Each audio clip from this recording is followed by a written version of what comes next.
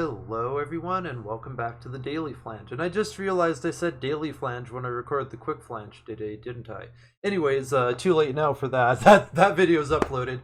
But yeah, funny how habits and brains work like that, where I just said the thing I always say and didn't really think about it when I did the Quick Flange video. Anyways, so welcome back to the Daily Flange, and I hope you all remembered to bring your towels and all that. But clearly I forgot to bring my remembering what to say towel when I did the Quick Flange. Anyway, so to that actual topic, we're going to talk today a bit about what kind of technology is needed to make the VR MMORPG kind of environment of Ready Player One a reality. I love Ready Player One, both the book and the movie. I watched the movie first, so I didn't really wind up with that thing where I watched the movie. I was like, oh, it's not close enough to the book. So I love them both equally. I view them as just different versions of the same story, kind of. So I kind of view them as separate stories, kind of telling the same thing in different ways. Just so I don't get hung up on how different they are. And it's just a quick commentary on that. Like, I totally get why it had to be different. Just the way the book is structured and written just wouldn't work for a movie. Like, there's aspects of the plot that just would not work in a movie. They had to change some of that stuff. Anyways, not what we're here to talk about, but maybe another time we can talk about that aspect of Ready Player One. I do want to start more of an entertainment movie TV kind of analysis channel in the future, so we can talk more about that later. But we're here to talk about VR, and I got the Valve Index. We're going to start streaming Half-Life Alyx, so I figured we might as well start some VR content with the VR focused Daily Flange. So just for me personally, not all my life, a huge portion of my life, I've been heavily inspired by VR. It's just something I've not really gone deep into, because until now, VR kind of sucked.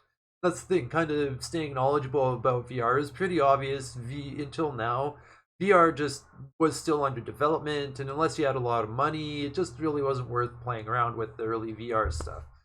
And now you still kind of need a lot of money, but not so much. That's getting better, but now it's just the quality of the VR experience is really getting there. It's still got a long ways to go, but it's really getting there. It's really going towards that Ready Player One direction, or at least starting to. And then another fiction I want to mention is Ghost in the Shell, which is more about cybernetics and cyberization and more related to the Neuralink, which also, just the side mention, the Neuralink combined with VR, that's pretty much where Ghost in the Shell territory. So I'm very excited for both VR and the Neuralink. Very fucking exciting technology. Although the Neuralink's going to have to go a long ways before we get into some Ghost in the Shell territory. Anyways, in Ghost in the Shell, they constantly showed augmented and virtual environments where, you've got a cybernetic brain, so you just kind of close your eyes and you go into VR. But no one really, I never really thought about that's a version of VR until I got started thinking about it more now that I've got the Valve Index. It came to me like, oh yeah, what they're doing is virtual reality. It's just not with the headset and everything, so we just don't really associate it to the same way. But what they're doing in Ghost in the Shell is virtual reality. So what we're really here to talk about is like how technology that exists now needs to progress further to get to that point where it can actually be that Ready Player One reality. And I don't think we're that far off. Like, maybe another decade or two, and we can really get there. And let's flange into the stuff that. God damn these hotkeys. I gotta figure that out. That is just really annoying that it's doing this now where it never did it before. Like, I've never, until just recently, I've never had to be focused on the OBS window to make all the hotkeys work. I'll figure it out, but driving me nuts. Because I'm used to pressing the hotkeys with any window focused, and now it's not doing it. Yeah, I'll figure it out. Let's get back to the topic. So we're going to start with omnidirectional treadmills. So that's one of the very interesting technologies that I think really Ready Player One envisioned. It wouldn't be the first time science fiction's literally invented a technology just by imagining it. Arthur C. I always get it mixed up if it was Arthur C. Clarke or Isaac Asimov. I think the satellites was Arthur C. Clarke. But either Clarke or Asimov wrote a short story about satellites and how to use them for actually TV. That's what fucking invented satellites for TV. I'm not joking. Literally, that idea, the satellites we have for TV and shit now, came directly from a fucking science fiction story. And it's not that actually might have been it's one of the first times that's been like blown up in like as a historical thing. I'm sure it's happened previously. Oh no, it definitely has happened previously. Never mind. It's just a more recent one of the biggest examples I know of. So when it comes to the omnidirectional treadmills, I'm pretty sure Ready Player One expired the existence of this in real life at all. Anyways, so doing the research, ran across like 6 best VR treadmills, and all same kind of idea. We'll look a little bit closer at a couple of the companies making them, but just, this is kind of a brief overview kind of thing. We're not looking in depth, because we got a time limit, but I do want to do like a follow-up extra flange video where we go a lot more in depth in the future. But for now, we're just going to do this quick brief overview. So we got like the Infinideck. I've heard of the Infinideck before. I've not heard of the Catwalk Mini. There's a lot of these are very similar, where it's got like a boundary, so you don't like escape from the treadmill, so you stay in place, which is a very smart idea. Something interesting that Ready Player One, let's try that sentence again. Something interesting I saw in Ready Player One was they had a suspension system, so you could actually like jump and do aerial movements. So I'm sure we'll get that eventually, but the thought of being able to do like aerial shit and have that work, and also we'll touch on wireless VR because I ain't doing anything aerial in a Valve Index if I want it to not break. So yeah, that one's very interesting, but seems less practical. I'm not sure about the Sony 3D rudder. It almost seems like a balance board, which maybe not be that awesome. Anyways, so ooh, I didn't even. I'll admit I didn't even look closely at these. That Omni Arena is trippy. Wow.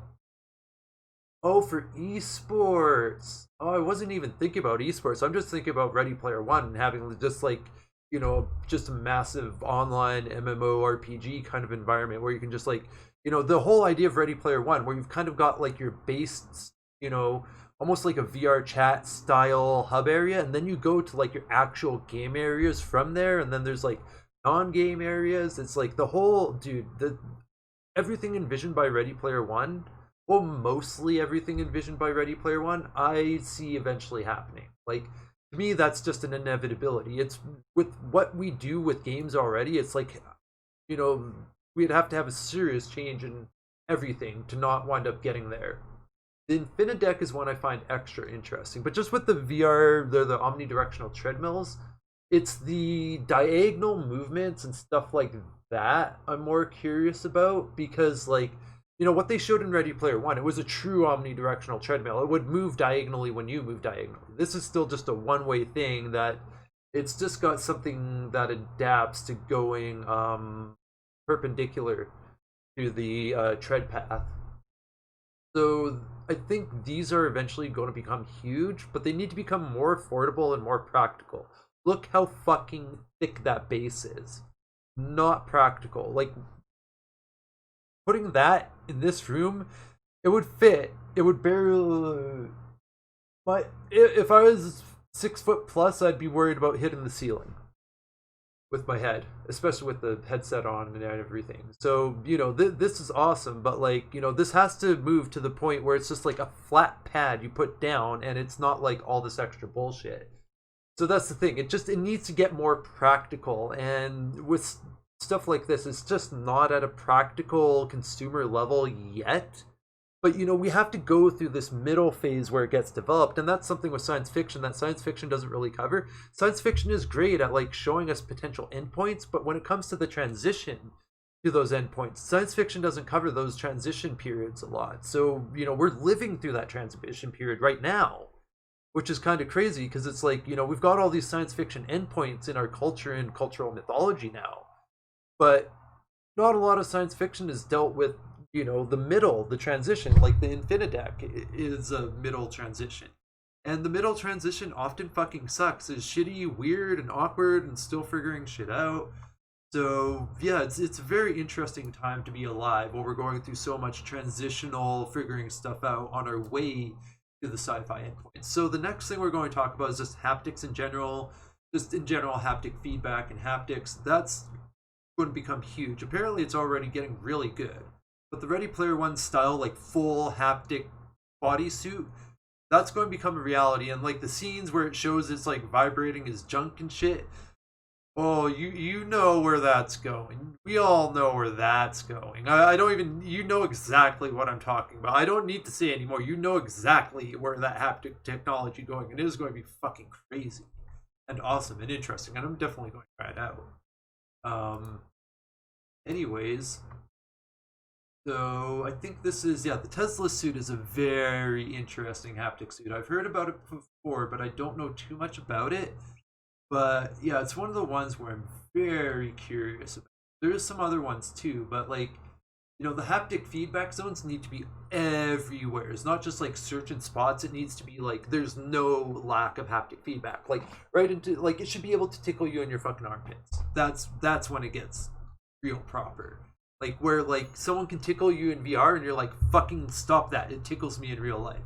Like we're talking like that. Although that shot of the kick, that needs to happen too. And that's the thing. These haptic suits can also double as tracking suits. And I wouldn't be surprised if they start putting tracking nodes into the feedback suit, because that just makes sense. Because yeah. And anyways, also with the biometric aspect, integrating biometrics into these, so it knows your heart rate and how much you're sweating and stuff. That kind of feedback for game development can be huge, because now the game can understand how you're feeling based on your biometrics, and then like the AI directors we already have in a handful of games, although AI is quite generous, in my opinion. So the machine learning directors, I'll skip that point. I just had a thought about artificial intelligence, but we don't have time for that. And fuck, that thought made me lose my train of thought. I'm so bad at that. So we'll move on. Another haptic suit from B Haptics. Also very interesting. So yeah, it's going to definitely start with just like a hat, kind of a body armor looking vest kind of deal, and then it'll move on to like full body suits. And when it's the full body suit where it's like tickle your armpit and simulate sucking a dick or interacting with a vagina. There's just, you don't really suck on a vagina. The phrasing just isn't to roll off the tongue like that for vaginas, unfortunately. Because I'm like, suck on a vagina, that just doesn't really work now, does it? Lick a pussy, I guess that works, but you get the idea. It should be able to have a straight up, I'll just straight up say it, these haptic suits should be able to reasonably simulate oral sex. Maybe not full on penetrative sex, but they should, when they get to the Ready Player One level, just straight up they should be able to simulate oral sex pretty damn well. Like to the point, like it should really actually feel like that's what's going on, not just like not like a fleshlight or something where it's just like, yeah. Anyways, we're getting into some too much information territory. Let's move on. So full body tracking. I mentioned the fucking. I'm a towel. So we mentioned the possibility of integrating tracking nodes into the suit, so that's a good segue into full body tracking, and that's something we're already getting into. So they're getting past the using the controllers and shit, so they're getting into like hand tracking and full body tracking, and that's fucking exciting. I can't wait till they upgrade the Valve Index with full body tracking. And as far as I understand it, there's probably won't need a hardware upgrade. They can probably just make it happen through software, I think, although I'm not that well researched on it yet. But it seems like it's more something they can do through software. So they, I don't. It's not like I'll need a base station 3.0 to be able to do it. I don't.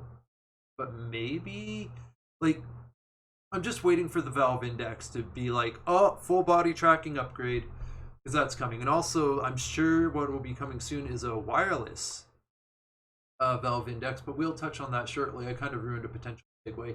Anyway, so with the tracking and stuff, we already got these Vive trackers, which are, it's like a VR tracking device you can attach to various objects, so like simulated brackets and shit like that. So the weight of the tracker is going to throw shit off a lot. I can, without handling one, unless they're very lightweight, even being very lightweight, like think about trying to swing that racket with that extra on. Even if it's not heavy, it'll throw the balance and the weighting off, so it'll feel fucking weird.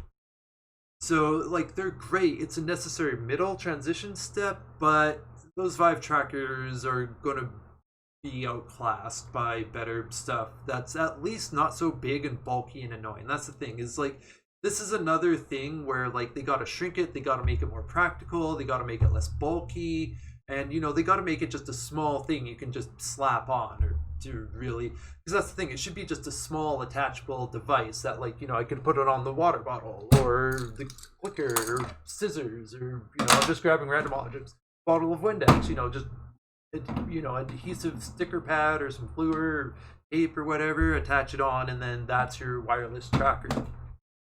But it's this kind of thing where it has to start here to get better, because you can't just jump to the small awesome thing of the future. You need to go through the middle transition steps, and that's what stuff like the Vive tracker is. And it's great, don't get me wrong, it's just in 10 years we're going to look at the Vive tracker and be like, damn, that thing was a step forward, but it fucking sucked compared to what we have now.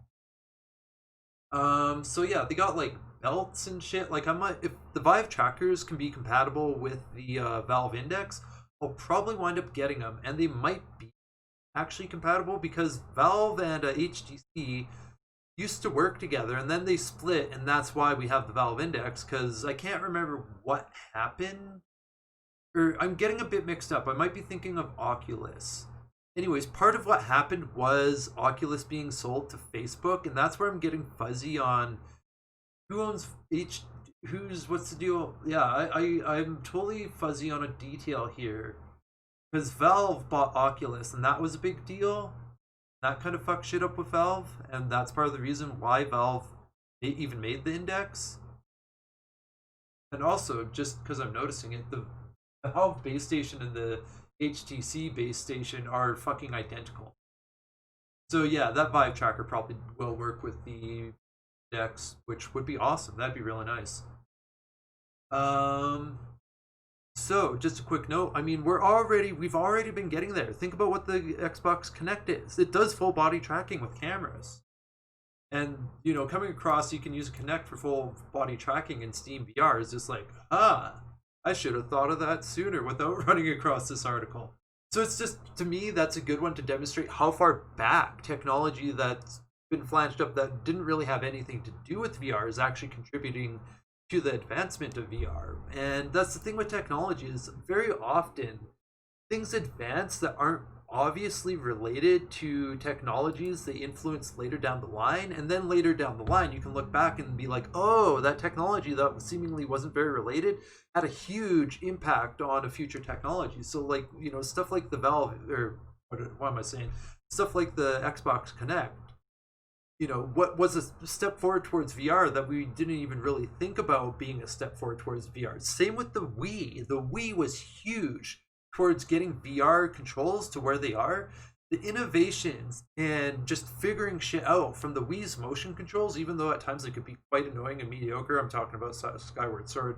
Although, a side note with Skyward Sword, the mediocre motion controls might have been an input latency issue for people like me. I realized that I was playing Skyward Sword on had horrendous input latency, and it was fucking with other games. I thought my coordination was way worse than it actually is because of the input latency on that TV. And then I haven't gone back to test it just because shit's been so busy. But yeah, I gotta go back and test it for myself, like thoroughly test it. But yeah, it would seem, yeah, anyways, so the Wii motion controls might not have even been that bad, and it might have actually been just input latency on TVs. And just back when the Wii was a thing, we just didn't talk about input latency. It wasn't really much of a discussion then. So people just didn't really talk or think about it, or at least it never came across my Flange back then. Anyways, so getting a little bit sidetracked, but anyways, like when we talk about like how VR technology progresses over time, it's really interesting to look back and be like, all these things that weren't directly VR related have actually helped bring us to this point, like the Wii, the Wii U, the Nintendo Switch, all the motion control development there, definitely, no questions, at least to me, helped bring VR to the point it is now. And yeah, it's just, to me, it's fucking awesome.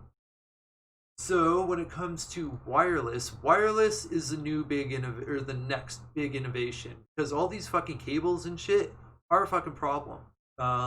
It's a problem people have learned to mitigate because it's worth it to mitigate the issue, but cables with VR headsets is definitely an issue. Like I mentioned before, I ain't doing no fancy aerial shit with the VR headset on while there's wires attached to it. But you take those wires off and I can do a lot more. Like there's I keep seeing in like people's content this clip from a Beat Saber ad where this dude's, he's playing his Beat Saber and shit, and then he does a fucking spinning move. I ain't doing a spinning move with cables attached to my fucking head. That's a good way to break my fucking VR headset. So yeah, no spinning moves in Beat Saber when I get there until a wireless valve index or I get something else wireless. Anyway, so the Oculus Quest, that's why we're looking at it, is as far as I'm aware, the first big step towards wireless VR. Apparently it's pretty damn good. It's not perfect, but it's pretty damn good, especially for where wireless is now. Wireless has come a long ways, but still has a long ways to go. I still don't, until we can reliably game over a wireless connection, wireless is going to be kind of iffy. Although when we're talking this kind of wireless, it's not Wi-Fi wireless. So, well, no, they are using Wi-Fi protocols, but they're doing it in different ways and it's over shorter distances. So it's more, oh, excuse me. That just snuck up on me out of nowhere.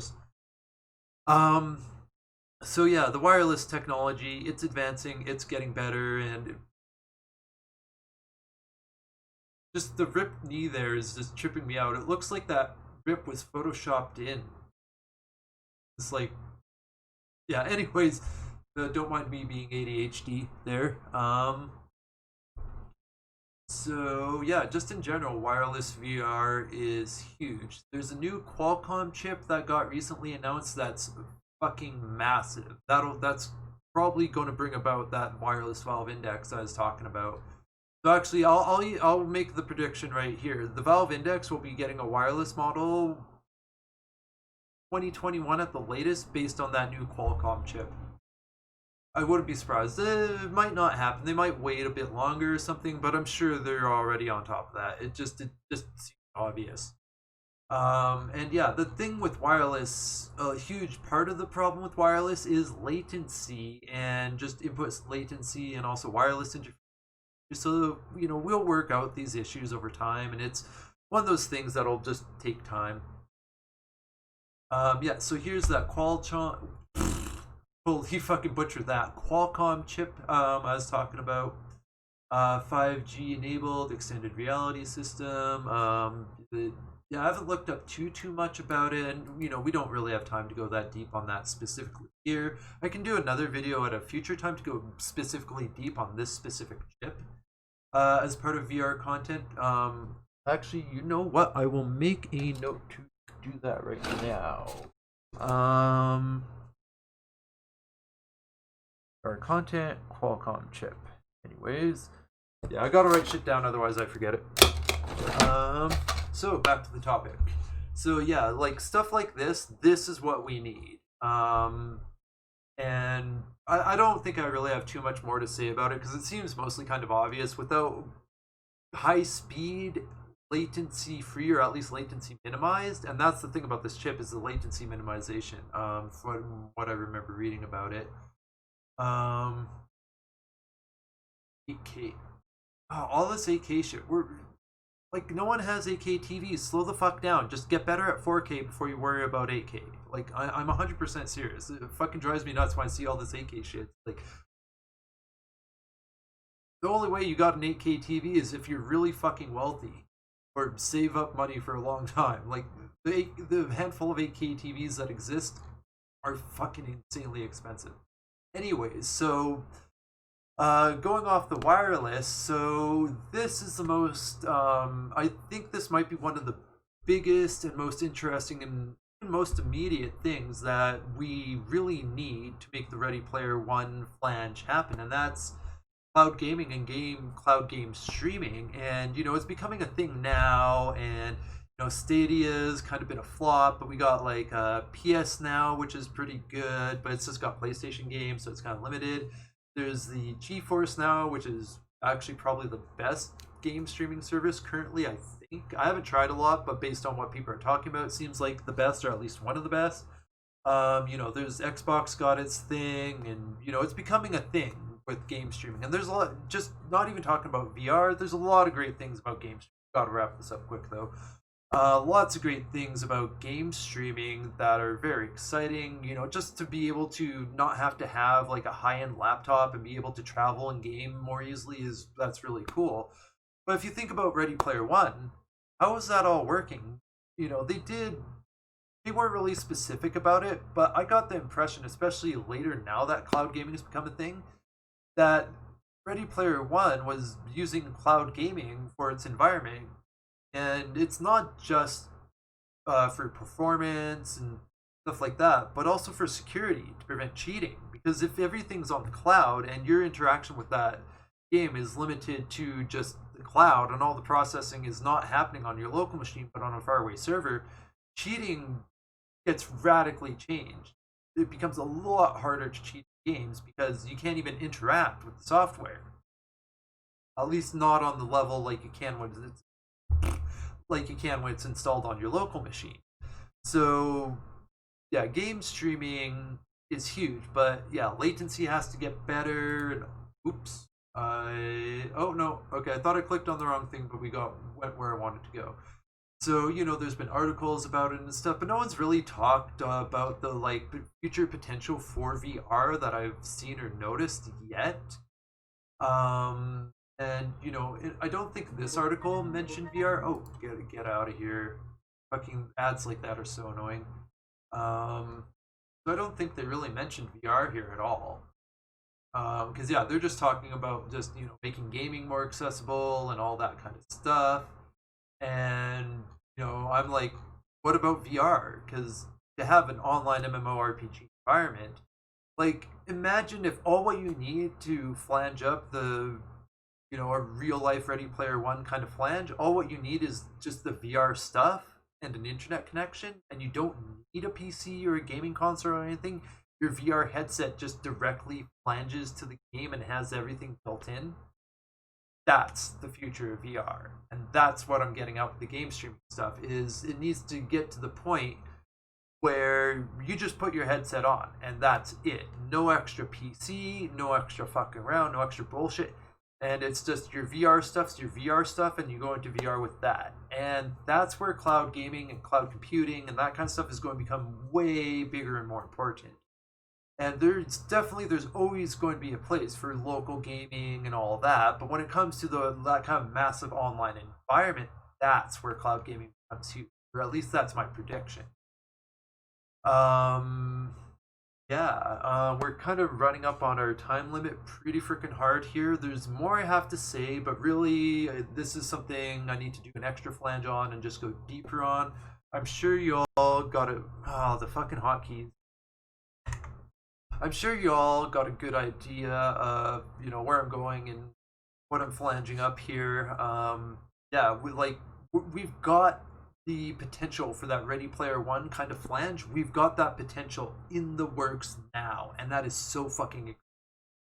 And I really think it's only another decade or two before we get there, or at least something close to it, or at least that idea of an online comprehensive virtual reality environment you can just enter into, and it has all these things to offer, even if it's not that close to Ready Player One. Just that concept of just having a VR headset you throw on and then you're in there without any extra computer. You just need electricity and the VR hardware.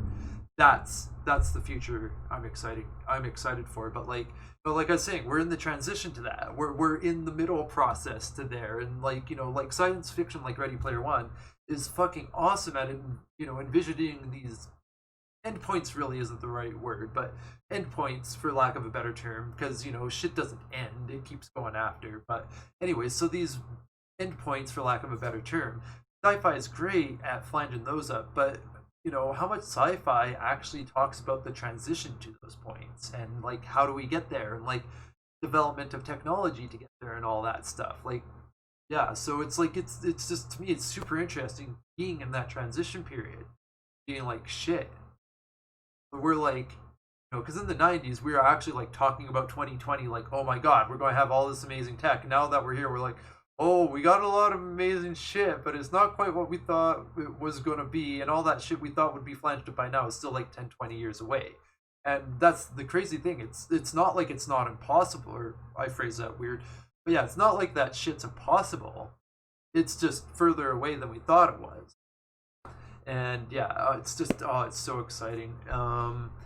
And yeah, we're at the wrap up part. So as always, if you've not already subscribed, please make sure to do so.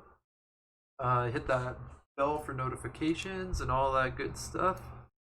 Oh yes, give me a like if you like this video. If you don't, give me that thumbs down. But if you give me a thumbs down and don't like it, please hop in the comments and give me some constructive criticism, respectfully so, of course, to help me improve and do better in the future.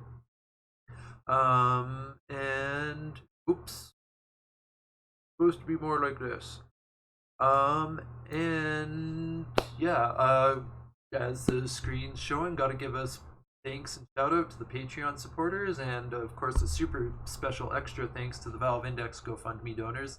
The Valve Index wouldn't be possible with all you guys. VR content creation wouldn't be possible with all you guys, and just I keep on winding up at a loss for words. Like I don't have the words to express the amount of thanks I have for this opportunity. That's really wouldn't be possible without all of you guys. So thank you very much, and a ton of respect for you all. And I think I have a couple more things I'm supposed to say on the outro, but we're kind of over time and my brain's derping, so we're just gonna end it here. Have a good one. Thanks for watching. Remember to bring a towel.